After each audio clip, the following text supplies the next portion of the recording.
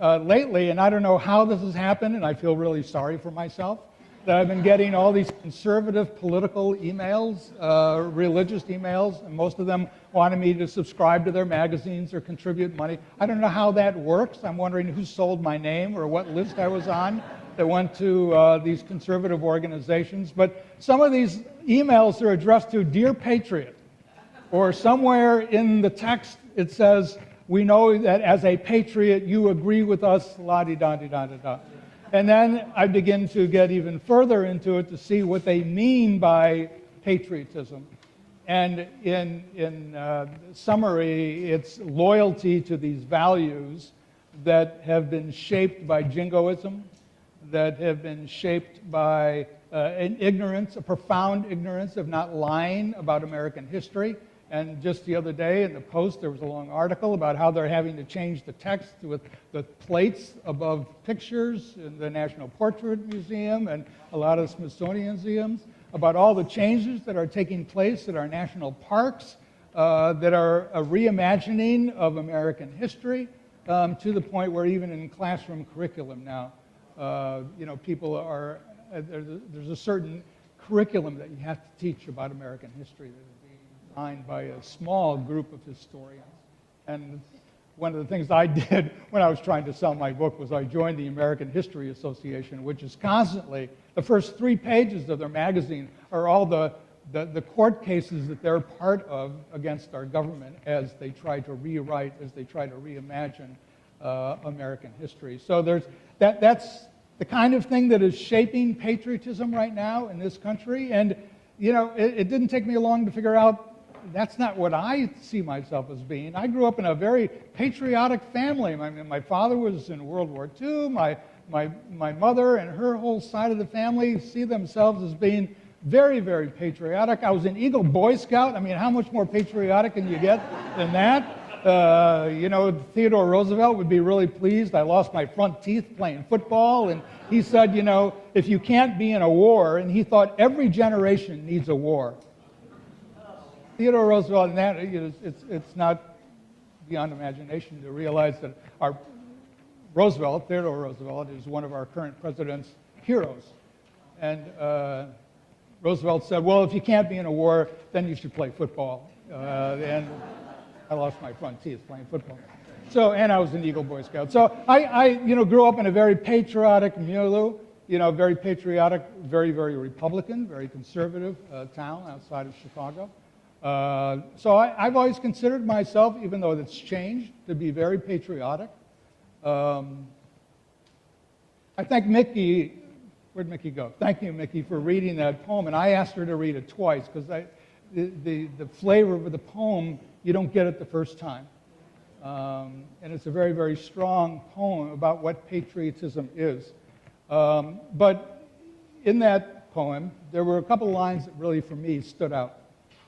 One was when Rich writes, a patriot is one who wrestles for the soul of her country as she wrestles for her own being.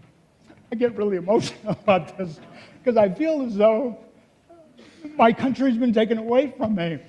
It's just, every night I watch the news, I get so angry, and I say I'm not going to watch the news anymore, and then I'm right back in it again, and I watch it again, and I shake my head. I just can't believe the chaos that is going on. And that part of the result of that chaos is what she speaks about. The internal immigrant is the most homesick of all women and of all men. It's like my home has been taken away from me.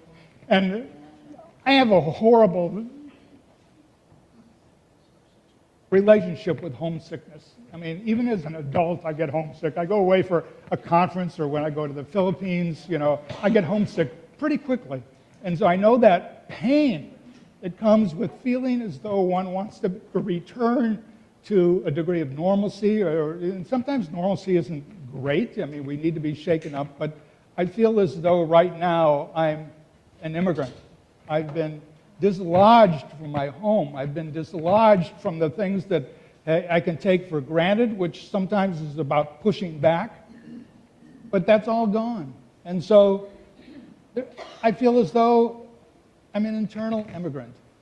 And I know I'm not alone in that feeling. I know many of you feel that way. In that sense, I'm preaching to the proverbial choir. But I hope maybe some of what I have to say this morning will confirm, affirm, who you are, who we are, and we can move together, move forward together. But it was a very powerful poem, and as Mickey said, it's part of a much, much larger poem, and I urge you to Google it and look it up and read the entire piece.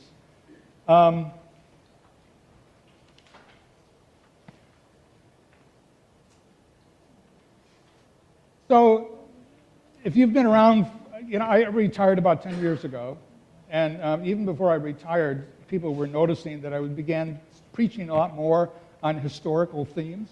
And I thought it was just a matter of getting old, that I was kind of reflecting back on my life and reflecting back on Unitarian Universalist and U.S. history. And then I read Peter Choi and realized, no, it's a lot more than that.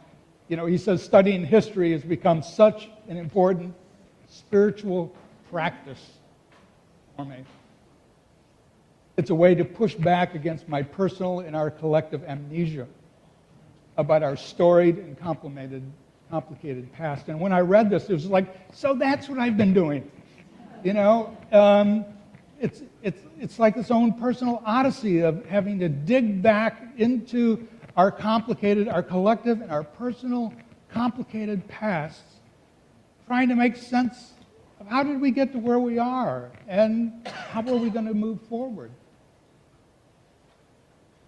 So it's just more than an interest in history, which I really never had. I just was basically a C student when it came to history, and maybe I'll blame it on the professors because I married an historian. But my personal and our collective amnesia about our storied past, which I think we're going to hear a lot about on July 4th, but we will not hear that much about our complicated pasts, because that's being reimagined and revisioned and in some cases wiped away in our history. And I just hope that there's a way to recoup all of that. And one way we recoup it is we talk about it, right? We talk about it amongst each other. You ask your minister to preach about it sometimes. But we need to do that work ourselves. Talk about our collective amnesia as well as our own personal amnesia. So I've got Rich's poem, I've got Peter Chow, and I'm all ready to go. And I figure, well, I'm going to reflect with the congregation. And I know you'll give me some feedback. But we're going to reflect together about what patriotism means. And then in one of my journals, I read that today, come on, whoops, today is, I didn't want to go there. Today is Trinity Sunday. How many of you who grew up in a Christian church remember observing Trinity Sunday? Really? I grew up in a Christian church. I'd never heard of it before. I've done 6 years of post-college seminary training. Nobody ever talked about Trinity Sunday. But evidently, this is when Christian congregations around the world are focusing in on the last chapter of Matthew and the Great Commission, where Jesus gets together with the 11 disciples at that point and tells them to go out and baptize everyone in the name of the Father, Son, and Holy Spirit. Now, what's really interesting, and I could talk about this for way too long, is that Trinity formula was added to Matthew in around the 4th century. After the Trinity in 325 was established, they said, well, we need a biblical verse that refers to it to legitimize it. So they went back and they added this portion. And so, take that for what it's worth. And so there's this is what's going on. And legitimately, I could have had a Trinity Sunday today. Because without Trinitarian theology, we wouldn't have Unitarian theology, exactly. Even though Jesus was a Unitarian, because all Jews are Unitarians, right? They don't believe in the Trinity. So we could have participated in having a Trinitarian Sunday. But we've done that. You know, Nicole spoke about it a little bit. I spoke about it. John has spoken about it. I figure you probably had far more than you need about the Trinity for the Unitarian Church. So then I started to realize what happens when you take this patriotism, this legacy of patriotism that is being foisted on us, that is in jingoism, and you combine that with Trinitarian evangelical Christianity, and what do you get? You get Christian nationalism. 2 Sundays ago on the Washington Mall, there was the Rededicate 250 National Jubilee, a prayer, praise, and thanksgiving. Not everybody knows this, but did you know that we paid for this? Right? It came out of our taxes. It's part of the 250 celebration. And, you know, as far as I didn't go, I know a couple of people who did. They didn't go in. They watched from the outside. And from what I have read, from what I have heard, it was a combination, a potpourri of misguided, misdirected, misused theology and history to support the current regime. And we paid for it.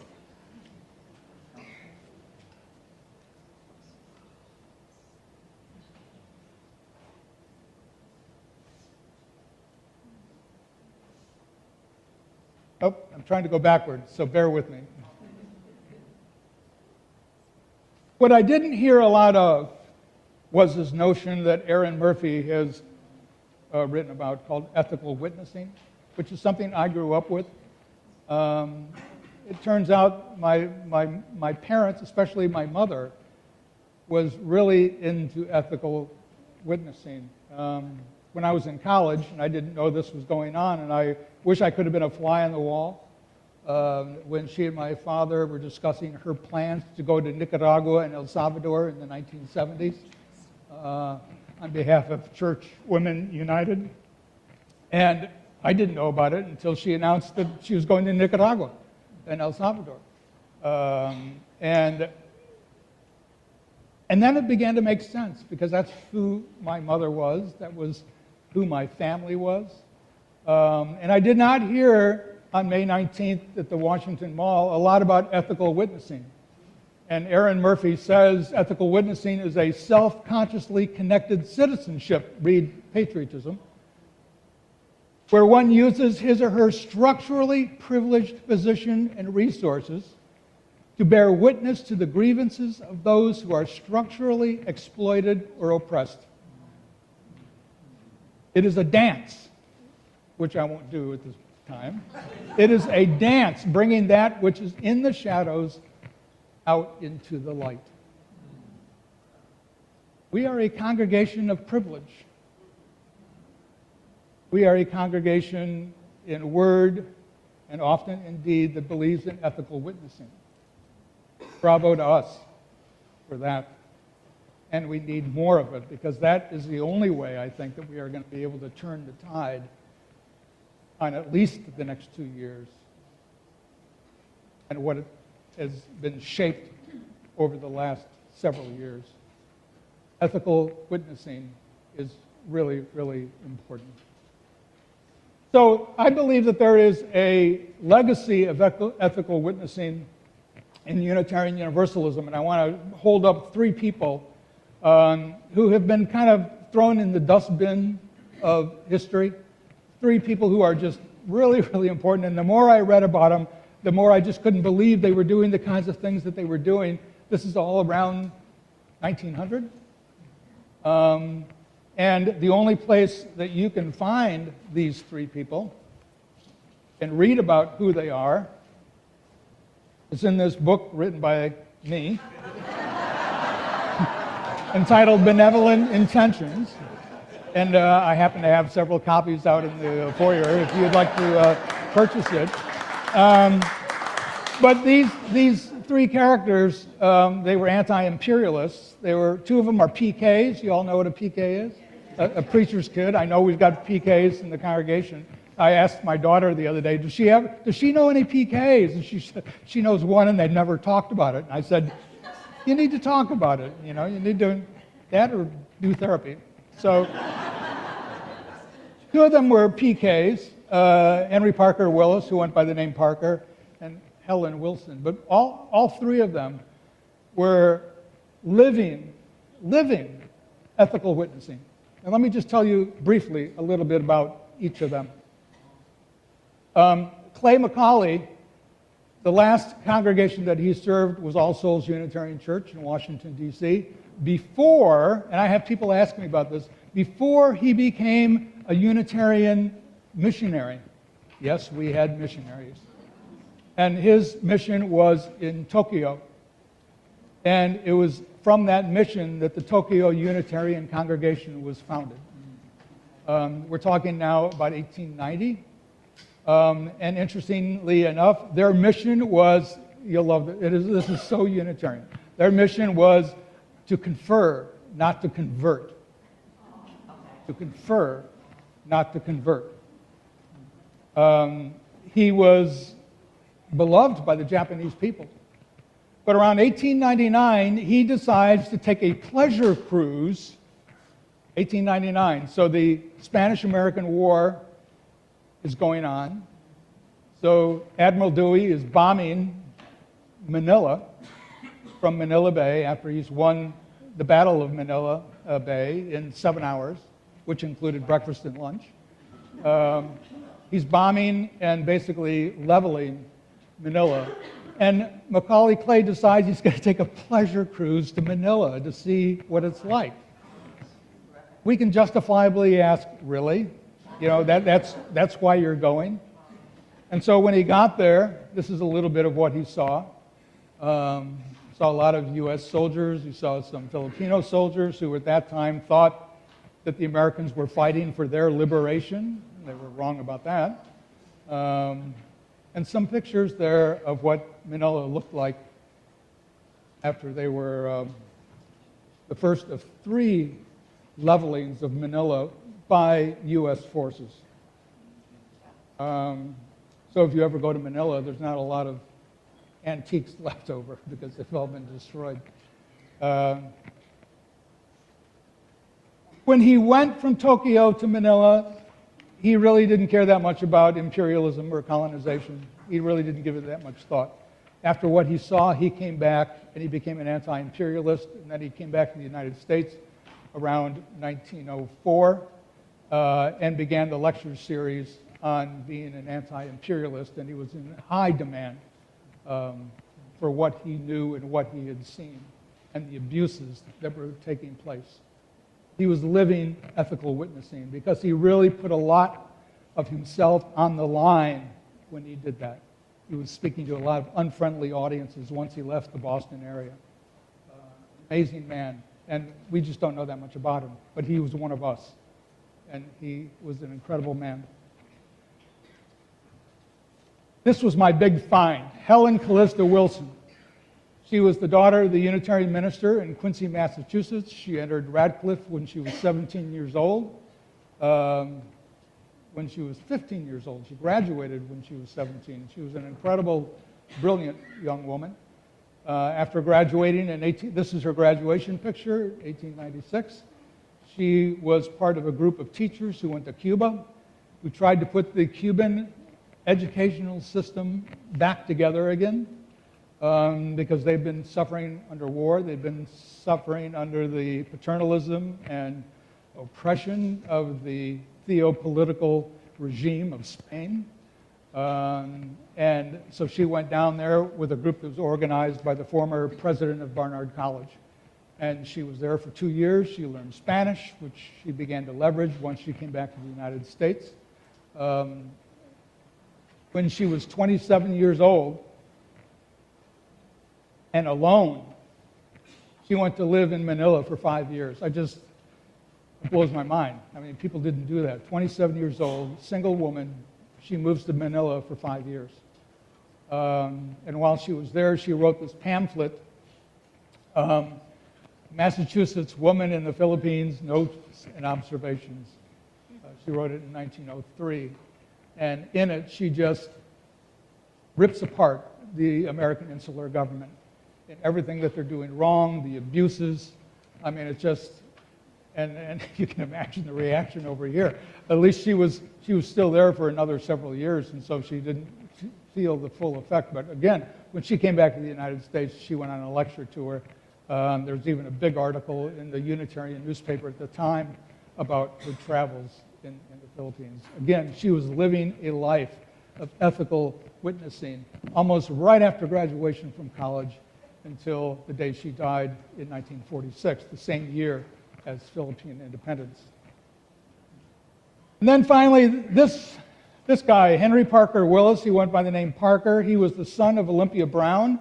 For those of you who follow these kinds of things, Olympia Brown was a Universalist minister, the first woman in America to be ordained by a mainline religious group and to be recognized. She was one of us, Olympia Brown.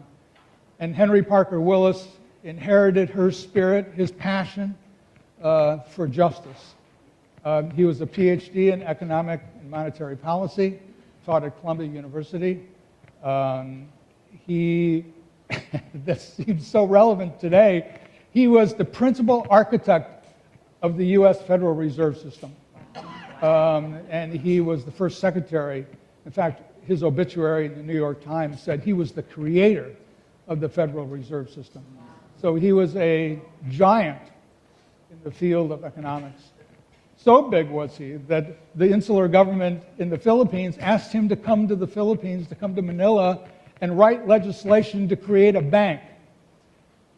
And he agreed with the condition that the bank would make loans to poor farmers who had always been just exploited by the elites.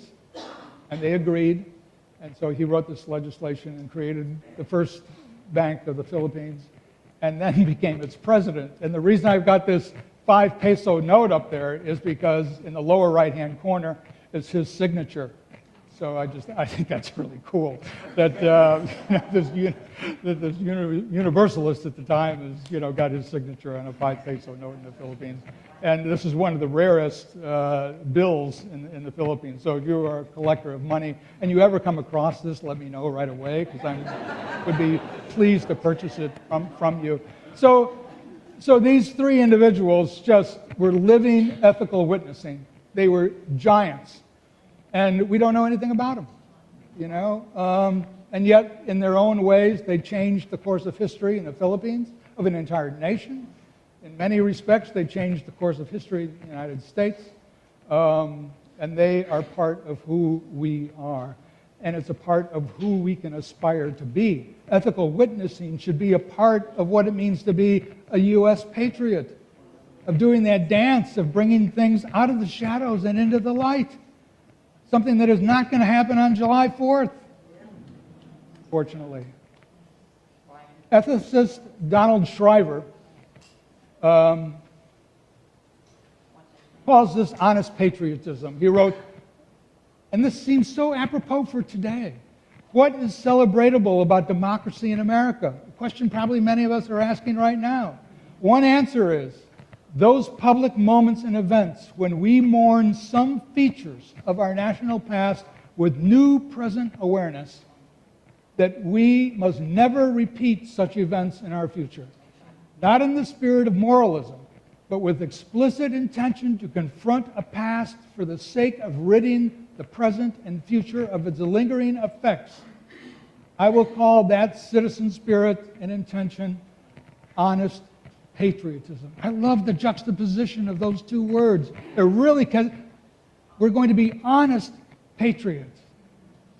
No more of this lying to ourselves about what it means to be a good citizen. It means doing the dance and bringing what's been in the shadows into the light. That's what this July 4th should be all about. So I wish there was a hymn that we could sing, and we will be singing This Land Is Our Land. The favorite of, anyway, I won't go there. So, but I wish there was a hymn, and there used to be. Before we had the gray hymnal, we had the blue hymnal. And in the back of the blue hymnal, the subject index to all of the hymns were arranged by subject, and there was actually a category called Patriotism. And in there is a song called The New Patriot. It was written in 1904, which is about 2 years into the Philippine-American War. And this poet wrote these words: "Who is the patriot? They who lights the torch of war from hill to hill, or they who kindles on the heights the beacon of a world's goodwill? Who is the patriot? It is they who know no boundary, race or creed, whose nation is humanity, and I wish humility, whose country's people all souls that need. Who is the patriot? Only they whose business is the general good, whose keenest sword is sympathy, whose dearest flag is humanhood." You know, and it's sung to a tune that we're all very, very familiar with, and I won't even try to do that. But I don't think really we need a new patriotism. We need to revisit the old patriotism and bring it out of the shadows and live into ethical witnessing and be honest patriots about who we are and where we have been.